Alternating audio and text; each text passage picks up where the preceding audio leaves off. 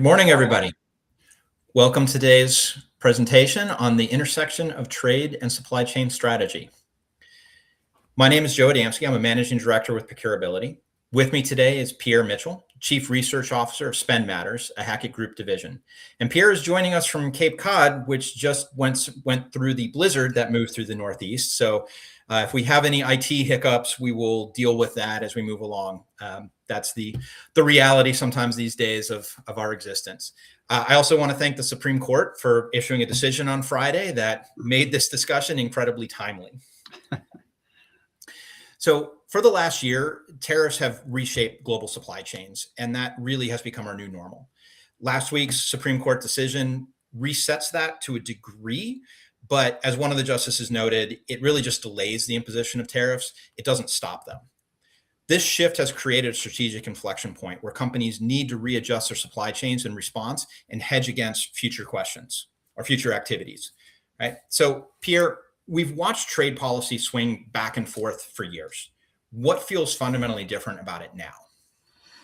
Well, it's good to get off the topic of AI, and that's fundamentally different. And that certainly has an impact in supply chains around CapEx, right? And things like that. And the K-shaped, CapEx investments. And obviously, there's a lot of big supply chains in there, and tariffs do affect that. But let's just talk, more broadly. I think what's kind of fundamentally different is that companies have finally kind of woken up to the fact that tariffs and other supply chain risks are just going to be an ongoing thing. It's kind of like a heart attack or something, or heart problems where you have normal heartbeat, and occasionally, you have little hiccups, with the tariffs, but now it's just like fibrillation constantly happening, right? So we need to have, an EKG to monitor what's happening, make sure we have all the intelligence to make these decisions, but also have those paddles at the ready to deal with what's happening. And so, obviously we have to operate in this VUCA world, and certainly in terms of,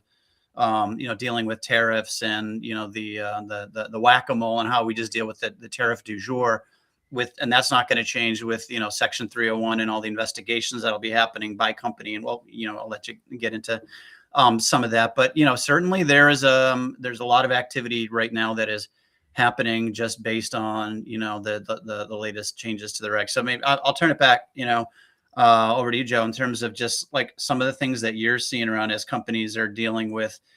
How do we just deal with the short-term negotiations and the levers that we pull, what we pass on to customers or not? Maybe just give a little day in the life about what you're doing with companies beyond, negotiating to get a DDP, term conversion on your next contract. Yeah. So the immediate impact that I think most of my clients faced was two questions that need to be addressed. One was the immediate, who's going to pay the tariff? And that largely came down to a question around Incoterms and holding the suppliers to their feet to the fire on it. Hey, if you agreed to DDP, you have to pay the tariff. The follow-on question, though, is who ultimately pays the tariff? Because this was a significant price increase that had not been anticipated. If you look back over the last year, we saw 40, 50, 100, 150% tariffs being imposed. That cost was not something that any of the suppliers were going to be able to absorb into their margins. It was not something that was ever anticipated when they agreed contractually to the prices that they did. So that was ultimately going to have to get passed along in some form or fashion. Now, companies initially looked at that to say, can we do some sort of a cost sharing model? I think that was an anticipation that this was going to be a short-term thing. As we've seen now, that has become more of a structural change. That now has shifted quite a bit. In fact, a recent study from the New York Fed showed that 90% of the cost of the tariffs is being absorbed by U.S. companies. And in fact, 70% of that's being passed along to the U.S. consumer. And that constitutes a $1,000 to $1,200 tax increase on every American household to correspond to the cost of the tariffs. And studies show that only about 5% of that is being borne by the suppliers themselves, the foreign suppliers. And even last night at the State of the Union, the president still insisted that these are being paid by foreign companies, but that's just not the lived experience of the American consumer. So the way that companies had responded with that is exactly what we said. So one, let's firefight. Let's figure out the immediate issue. Let's understand how do we get our stuff out of the customs yard so that we can continue to do the things that we need to. longer term now, how do we start to adjust our contracts? How do we work with our vendors in order to be able to understand what is this going to do from a long-term price perspective? And long-term, as they looked at it, said, well, this is our new normal. It gets passed along and it just flows into the supply chain further downstream. Every step of that supply chain now starts absorbing pieces of it. Yeah, no, it's a great point. I think one of the things that's really interesting when you talked about just the conversation of what do we pass on to customers, you immediately kind of expand the aperture around, with procurement and really strategic supply management, beyond just the supply side and supply availability, and even just kind of total landed cost, cost to serve, but you start getting into total impacted, value. And I mean, if you go back to the old 2x2, the Crowley's, value and complexity, it's not, value isn't just spend, right? It's going to be total value at risk, and that's a conversation that is something that is at the board level, cross-functionally. It's something that involves the CFO and the head of product and supply chain and marketing. And it gets into these issues around design and product management. And I mean, that is the opportunity side, right? Especially for procurement, to not just be like, here's our spend, let's map it to some HTS goes, here's the impacted tariff, potential impacted tariffs. Obviously you need that, right? But then being able to say, okay, well, what is going to be now this total value at risk, and doing it in a broader lens that's not just the tariff discussion, but it's all these other associated risks and trade-offs, right? Like you're kind of talking about. So that seems to be it is a good opportunity. And it seems like companies are at least incrementally building out those capabilities for whether you want to call them control towers or, more sophisticated data analytics that shift from just the spend side to a broader, value kind of modeling side. So I don't know if you had any. Well, that is the fundamental shift. It's moving and looking at that end-to-end value chain, because there are things that procurement can do.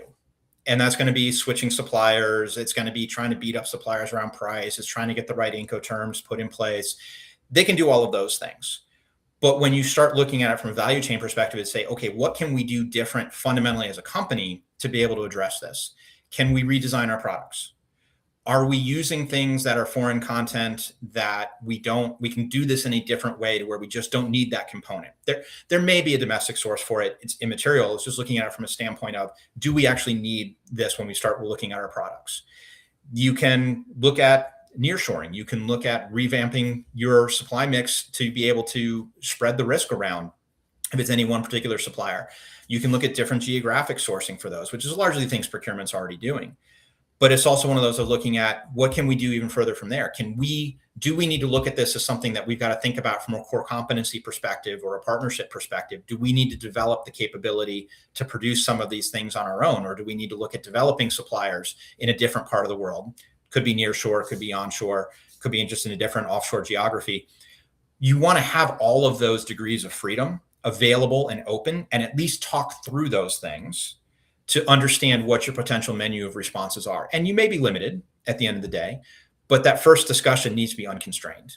Yeah, it's so funny. The thing that's like popping into my head is around this whole area around just like sourcing optimization, right? Which is just the idea that we want to just open up the aperture to understand what supply markets can actually do, but also open up demand and understand around demand planning, and then feed that into scenario planning, and really being able to look at the much bigger picture. So we can look at product strategy, we can look at unbundling and rebundling. And the product side, I mean, not to quote George Costanza, but there's definitely some shrinkage going on in like the products that I'm buying, the consumer products. So there's a lot of that value engineering work, right? That's happening. So I think that ability to kind of to really truly model what does value mean, and then what does, as you break that down to total cost models and volumes, and taking that to a broader kind of supply network model and these things to really, kind of unpack some of this stuff to open up these levers and make these things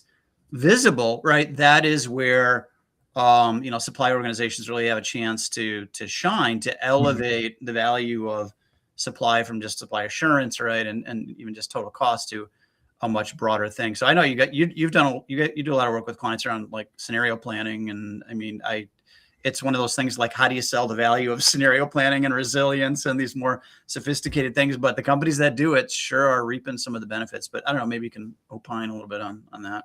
Yeah, I think that's something that some companies do well and some don't. And what it fundamentally is it's looking at the potential futures and starting to map those out and say, what there are certain things that will change. We may end up in a certain future. If we're there, what does that mean for us? What are the potential benefits? What are the potential risks? What mitigations do we need to put in place? And if we're in that future, what does that mean for us holistically from a supply chain perspective, from an operational perspective of what are we doing and what do we need to do different? But you need to have multiples of those. And within that too, you also have to have the sensitivity analysis around it of, if my assumptions are wrong, how much does that change? Right. Because some of them can be very sensitive to input conditions and some may not be. But that is something fundamentally that companies need to put in place. And it's not a procurement thing. It is, procurement has a piece of that. In fact, one of the things when I go into an organization that I look at to understand how mature the procurement organization is to see how early in the process and how broadly across the company is procurement involved. If procurement's just brought in at the tail end, we're told, hey, we've already picked our supplier, go negotiate the terms and conditions. Great. That's not a very mature organization. Yeah. If they're sitting in the demand planning, the S&OP planning discussions, they're talking with the sales team so they understand what's coming down the line, that's a mature organization. And that's a strategic part of the company. And they're seen as a strategic asset with that. Yeah. So, more levers, right? More levers to pull. And actually, I can tell you that from, being at the Hacker Group with benchmarking, all that, the number one most predictive best practice in procurement around driving more value is the level of earliness of procurement involvement at the time of strategy, planning, and budgeting. And obviously you need to add value, right? When you're in that process. And certainly that means bringing supply intelligence, being able to run, to be able to really add to the conversation about potential risks, but also opportunities, and then work with the rest of the businesses, to say, okay, well, what does that mean? And what are kind of our options around scenarios and things like that? And that scenario planning is not just within the sourcing box for leading up to a sourcing event, but it's a much bigger discussion around how do we just run a resilient, business, right? So, that scenario planning is pretty important. I can't remember. We had a polling question, didn't we, on scenario planning? I don't know if we have the time to do it, or I think we do. Yeah. And so I'll throw that out there for our listeners out there in LinkedIn land. Does your company do this today? Do you have a formal, broadly scenario planning, but maybe it's focused on tariffs, but do you have a scenario planning model in place? And how would you describe it if you do? Certainly take a few seconds, please put it into the chat, and we'll review some of the answers that we get. And while that's happening, I'll say structurally, when we think about it, we said it needs to be cross-functional. Procurement has that seat. So does risk. So does regulatory. So does sales, operations. All of these voices need to be heard to get the various components, because different perspectives are going to bring different information about what in that world, in that future that we're talking about, what are the potential risks? What are the benefits? What can we do to mitigate around those things? If it's procurement sitting in a room talking to themselves, it's going to fail. Yeah, no, it's great. I'll be curious what everybody says here on the poll.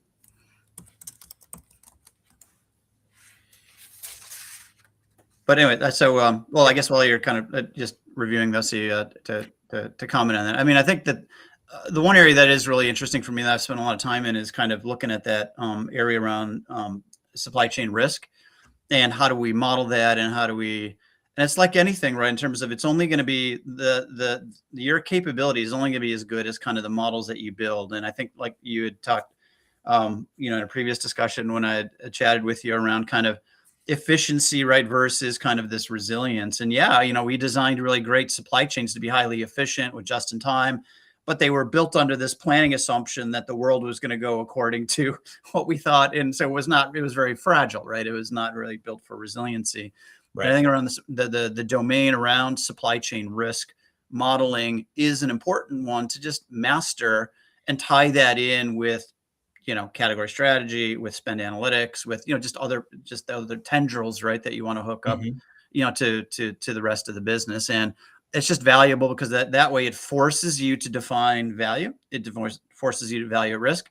It forces you to define all the risk elements. And are those actually all the risks that are going to hurt you versus not? Like, as humans, we have blind spots, right? And if we're focusing in whack-a-mole just on the tariff du jour, and we're totally forgetting about this other risk around China and, rare earth metals, or they're going to go in and take TSMC, or, whatever the scenario is, it making sure that those models are broad and that they're also deep and they're also active and constantly kind of curated so that you can feel comfortable that you're getting the signals that you want. And then you can kind of inform these scenarios and, and make sure that you can sleep at night, that there's not going to be any black, at least gray swans that come out of the woodwork. Sure. But I think that's also important, though, from a terminology perspective, to be clear, when we're talking about efficiency and resiliency, that is the tension in supply chain design. If you're looking for an efficient supply chain, that's exactly as described. You are trying to drive every penny out of that possible. You have the minimum amount of inventory at the lowest price you can possibly buy it, sourcing from wherever in the world that you can get it. From an operational perspective, as you're pulling that last item off the shelf to bring it over to the line, the truck is pulling up to the bay with the next pallet of that particular item ready to get offloaded and put in storage. That's an efficient supply chain. We, during COVID, or run up to COVID, collectively, globally, over-indexed on efficiency. And the black swan that was the pandemic blew up supply chains, and it's taken us years to climb out of the hole that created. The flip side of that is resiliency. And so that is designing your supply chain to be able to absorb shocks. Looking at it from a standpoint of, well, I have known shocks that I can carry additional safety stock for, but now how much unknown shocks do I need to try to account for? And that's important to be able to do so that you can navigate, because we don't know what the future is necessarily going to hold. A fuzzy crystal ball can only show me so much.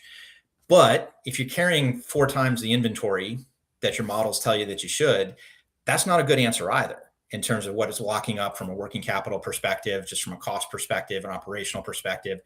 Storage. I've seen clients where they just did not have enough warehouse storage. And so things that are relatively high value items are sitting out in the yard exposed to the elements because they can't move them into the warehouse. That's not a good answer when you ultimately get that, because you've over indexed on the resiliency side. And that happens, though, because people react out of fear. And that's certainly seeing some of that in the tariff world that we're in now, of saying, well, let me just get the inventory so I know that I have it. Well, that's great, but you're not going to use it. And that creates issues with slob. It creates issues with disposal, all of that you start to run into. And so your supply chains can break down just from the amount of weight that you put into them. Yeah, no, that's a great point. And I mean, I'll just build on it. I think the whole area around efficiency, obviously there's the supply chain efficiency, but as you design supply chains, the efficiency of your supply chain and procurement and business staff, and they have very limited bandwidth to this ability to manage this massive complexity, is a pretty big deal. If you're spending all your time, firefighting and data wrangling and doing all this low value stuff, and then you're not going to be thinking about what that next risk is going to be. You're always going to be on your heels. And that's where data and analytics is really important, so that you have these models, right? So that you can actually be able to then to use them. And guess what? Automation and yes, AI and agentic AI can be very useful in workflows and data pipelines and things like this to reduce the human investment that's required to manage this infrastructure. So, as I always say, the highest cost in procurement is the opportunity cost of your time wasted on low value stuff, when efficiency should actually fund effectiveness in terms of freeing you up to run broader models, deeper models, more active, engaging with the business. And in doing that, showing your value and, beyond just kind of the tariff, driver, but also being able to look at, a broader set of risks and a broader set of opportunities. So, Mhm. had to drop in AI somewhere in this conversation on the agentic side. And it is important. Let's not forget that those little agents need some context, and that context is a knowledge model and a data model and an analytic model and a decision model to do these things. And if you're not actively building that, then you're just never going to get there, because you're just going to constantly be reacting because you are not efficient enough in terms of Right. how you manage the function. So we've had a couple of the comments come in that I think are worthwhile to address. One talked about being in medical product supply. Well, that introduces a whole new wrinkle because of the regulatory environment that those have to operate in. You're talking about life-saving equipment. Yeah. You've got a whole different set of rules. The degrees of freedom are very different. So yeah, that's going to limit some of your opportunities to do things. So that has to be addressed.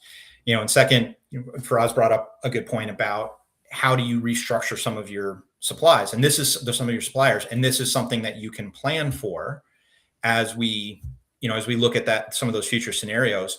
And the way I think about it from your supply base, it's you got a sole source, you can do a champion challenger model, you can look at a multi-source model. You need to balance those, because as you move down that, you disaggregate your volume, which increases your cost because you're not going to get the best price possible for it. But you're moving your risk out by having multiple suppliers available to you, and they can be in different geographies. So you may have one in Southeast Asia, one in Central America, one in Europe, and you move your orders around based on what that particular landscape looks like at that particular moment.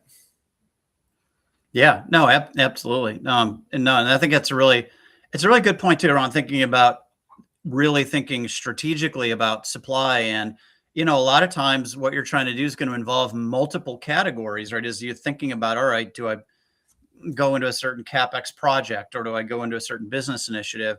And that's going to be a whole portfolio of separate categories. And, and you need to be able to look at those things together, and also to kind of deconstruct this. And yeah, I mean, there's always going to be those constraints whenever you're optimizing something. There's going to be the scenario planning, and then there's going to be the constraints that you have in that, and that ability to just model that. And here's where you can use, again, analytics, more sophisticated analytics to help with that, is going to put you in a better position, because it just gives you more kind of strategic options that you can kind of look at. I mean, if you think about like the whole ESG world, and we're like, oh, okay, we need to, do some stuff with renewables. And then you start getting into, what's that going to mean in terms of our capability? Well, now we're going to start, like you saw this in medical and in pharma.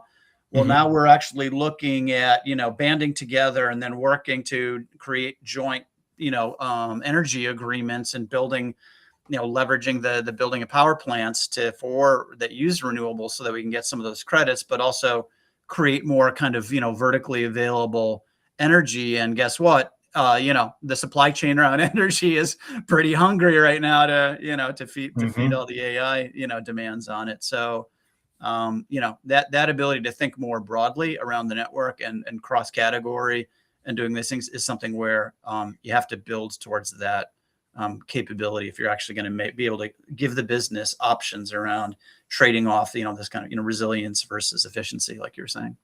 Yeah, absolutely. And I think that builds into what companies need to do. I'll say it's a prime example, looking at some of these alternatives. So negotiating power purchase agreements.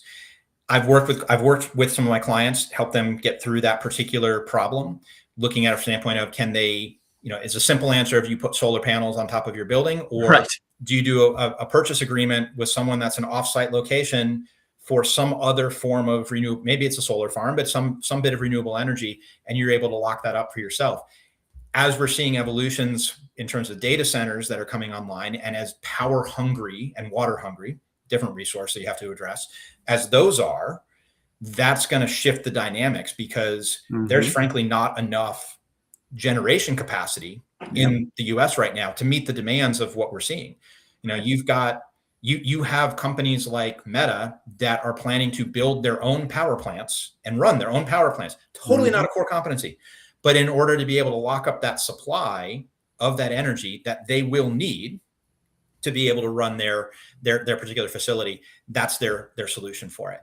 But I think that leads into what companies need to be doing in the interim. If they're not already going through and doing some of this scenario planning and understanding their risk exposure and the value engineering, you're well behind at this point. And those companies need to start doing that. They need to look at it to understand what is their exposure by category and by commodity. Understanding what is your supply base within those. Where does this stuff come from? What are your tier 2 suppliers looking like? Where are your tier 3 suppliers? Because you may have risk exposures there that you're just not even anticipating. And that may not even be tariff related, to be honest. If we look at some of the things like the Uyghur labor camps, Yep. I've known clients that have gotten a shock when they found out that it was somewhere far down in their supply chain, they had an exposure. And, if you're a US based company, you have to fix that. That's illegal. You cannot operate that way. Right. I think about those 301 investigations, right? This is a perfect place to latch onto that, because if you're going to go in and do an investigation into a country about unfair practices or, practices that aren't supporting, basic fair trade and things like that, that's a pretty nice hammer. And you get our government and the business behind really driving some of these things versus, here's another ESG reg du jour that you need to support, albeit well-intentioned. But now when you're getting into, the tariff driven, like the 301 investigations that have a lot of these things that can be tucked in there, that's a nice way. I mean, that's a potential way, right, to kind of, tie into something that's already happening. So sorry, I took you off here. No, absolutely. But I mean, that creates an immediacy to it because there's a clock with those. When the 301 investigations announced, right. By regulation, by statutory requirement, it has to be completed within 270 days. So when that announcement comes that they've opened the investigation, which is public information, you have a brief period of time to figure out, based on the potential outcomes of the investigation that you anticipate. And you're not necessarily going to have that completely correct, but you can look at it and say, well, if there's A, B, C, in terms of the degree of change that we're taking a look at, you have to model that out and understand what can you do ahead of that? What should you do ahead of it? And are there changes that you can implement now that will address any of the potential risks that are coming under each of those scenarios? Put that in place and then understand what are the triggers that you're looking for to give you the idea of what does that future, how do we know that we're in that particular future? And then you can use AI, you can't avoid it, to be able to help monitor some of those things, because there will be signals that are coming from somewhere buried deep in the supply chain that you're not necessarily going to see. But if you have the right agent set up looking for the right information, you can get a trigger on that faster than some of your competitors are, so that you can start to react and position yourselves to be able to be in front of those things rather than reacting when the final announcement comes. Yeah, no, that's great. And I think that's a, good tactical advice. And I'm sure you guys have the 90-day plans to help companies kind of, get up to speed and, on this journey. So, I know we only just got like 2 minutes left. Are there any other questions, or just kind of, we can maybe, potentially ramp up on just kind of a couple of final thoughts? What do you think, Joe? Well, I think we'll go ahead and wrap up on the final thoughts, unless a question happens to come in the interim, in which case I'll divert. But I just want to thank you for this conversation here today, Pierre. This has been a wonderful discussion. I think it's been very enlightening. I hope our audience learned something here, got something out of it. Certainly, if anyone needs to reach out to either of us, if we said something that triggers a question for you, we're both on LinkedIn. You can find us very easily. Again, Joe Adamski, Pierre Mitchell. But go ahead and take a look at those. But fundamentally, what we want to summarize, trade volatility has become structural, and your supply chains need to adjust to be able to address that. There are variables that are coming that we don't necessarily know the full impact of, but you can plan around those based on what the menu of potential options are. Organizations that model this well, that quantify, that look at risks, that look at the value that's within those and design intentionally, are going to outperform those that are just reactive. So that's the future that you need to plan for yourself and put yourself into. Invite everyone to join us for the next Procurability Live event beyond April 22nd, Earth Day. It's going to be discussed partnering across the value chain to deliver sustainability in an era of disruption. And it's going to be delivered in conjunction with SIPs. So please join us there. It'll be also broadcast on LinkedIn. So thank you all very much for your time today. We do appreciate it. And thank you, Pierre, for your time. Thanks, Joe. Thanks, everyone.